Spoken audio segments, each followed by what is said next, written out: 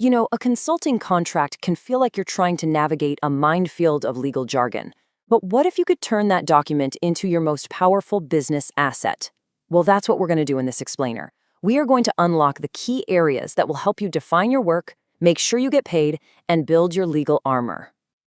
Okay, if you're a consultant, I bet this looks familiar, right? That feeling of just staring at this dense wall of text, feeling anxious about what you're actually signing? Well, guess what? That feeling, it ends today. We're going to demystify the key clauses that really, truly matter. All right, first things first, we have to build a solid foundation for our contract. This is all about getting the absolute basics right and establishing exactly what the relationship is and what the work is going to be. Now, this might seem like a tiny detail, but trust me, it makes a huge difference.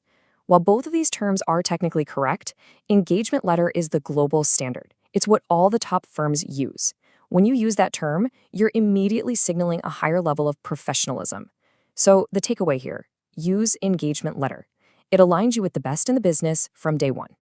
All right, next up, deliverables. This is the absolute heart and soul of your agreement. Now, here's where a lot of people trip up. They think in terms of hours worked, but you need to be thinking in terms of tangible results. What is the client actually going to receive from you? Is it a report, a piece of software? Getting this clarity is exactly what prevents arguments down the road. And this is what that looks like in the real world.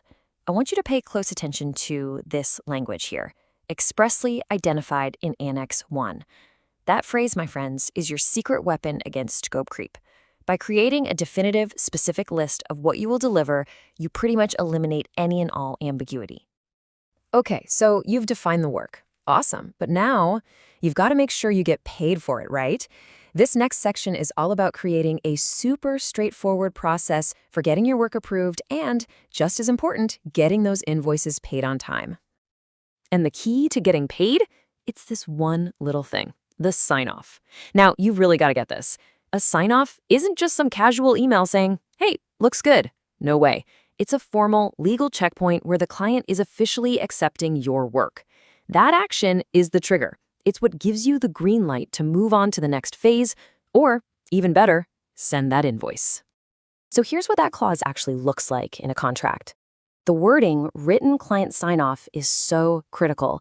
It creates a paper trail, and it protects both you and the client. It confirms that you've done your job for that phase, and it triggers their obligation to pay you. It's such a simple clause, but believe me, it will save you from so many headaches. All right, let's get to my favorite part. This is the section of the contract that's working for you, even when you're sleeping. This is where we build your legal armor, the clauses that protect you, your work, and your entire business from the unexpected. I absolutely love this idea of an armor section. And look, this isn't about being difficult or adversarial. It's about being a savvy professional business owner. This section is your shield, and it's designed to manage risk and just give you peace of mind. So what is the armor section really? Well, it's basically the collection of all those protective clauses, things like limitation of liability and indemnification, that all work together to shield you from legal and financial trouble. It's what separates an amateur agreement from a truly professional one. So what makes up this armor? Well, you've got these core pieces. You've got limitation of liability to cap your financial risk, indemnification to protect you from claims by other people, and a few others. Today, we're going to zoom in on the clauses that give you the most bang for your buck, starting with one that is brilliant at managing expectations. First up, the no guarantee clause. You absolutely have to have this. Look, you're selling your professional expertise and your best efforts, right? You're not selling a peek into a crystal ball that guarantees a certain outcome. This clause makes that distinction legally crystal clear. It protects you from being held responsible for factors that are completely outside of your control. And that's why this wording is just brilliant. It's all about fairly sharing the risk. It clarifies that, hey, success also depends on the client's decisions and on market conditions and all sorts of other things. It's a perfect example of how you can set realistic professional boundaries right there in the contract itself. Okay, now for the numbers part of your armor. Let's break it down. First, you have your fee. Let's say, in this case, it's $12,000. This isn't just what you get paid. It's also a key number that's going to help limit your financial risk. And the second piece of this puzzle is your professional liability insurance cap. In this example, it's $1,000,000. This number represents the absolute maximum your insurable payout for claims related to your work. Think of it as your ultimate safety net. So, how do these two numbers work together to build like a financial fortress around you? It's actually pretty simple. The clause should say that your total liability is limited to the higher of those two numbers, either the fee you were paid or your insurance cap.